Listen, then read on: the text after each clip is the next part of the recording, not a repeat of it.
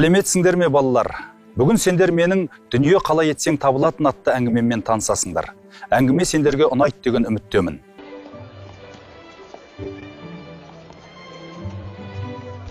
Мың 791 жылы өзім университет деген үлкен школда оқып жүрген жігіт күнімде, әр 7 сайын Версаль қаласындағы шешеме жаяу барып қайтып тұрушы едім.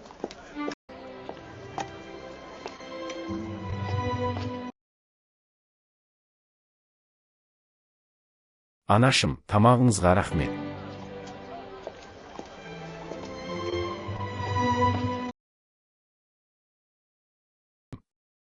Сонда әрдайым жолымда бір Антон деген тіленші отырып, қайыр сұрап алып жүруші еді.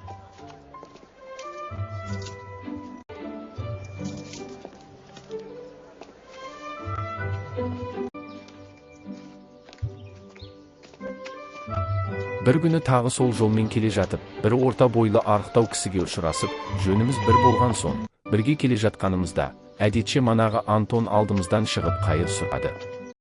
Қасымдағы кісі тоқтап, Антонның бетіне қарап тұрды да айтты: "Сен қарауға ебесті кісі секілді көрінесің, және жұмыс істеуге қуатың да бардай көрінеді. Сөйтіп тұрып мұндай жаман іспен өзіңді кемшілікке салып жүрсің. Бай болғың келсе мен саған ақыл айтайын. Мен өзімде сендей кедей едім, бірақ сендей тіленшілік қылғаным жоқ. Елден қала-қаладан қыдырып жүріп, әуелі боқтық, салам арасынан не болмаса жай кісілерден ескі шүберек сұрап жиып жүрдім.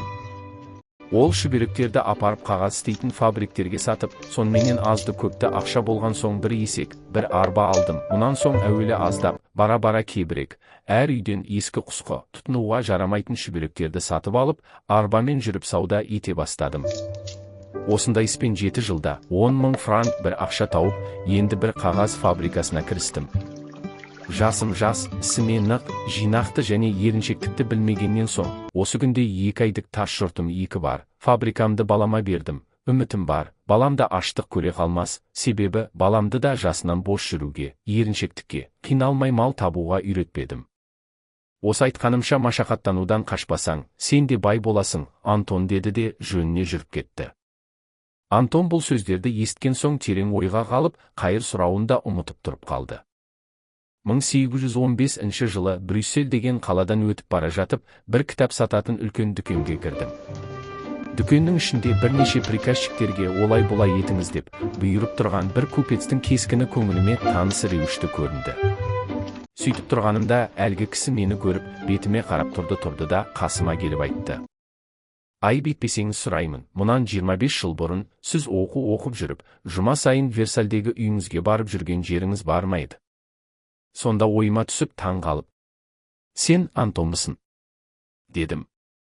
"Рас", деді Антон, "мен сондағы көрген тіленші Антоныңыздың өзімін. Сол жүргеніңіздегі бір күн қасыңызда бірге жолыққан кісінің айтқандары көңіліме кіріп кетіп, тіленшілікті тастап, жұмысқа кірістім, ісіме нық, малыма күтімді болдым.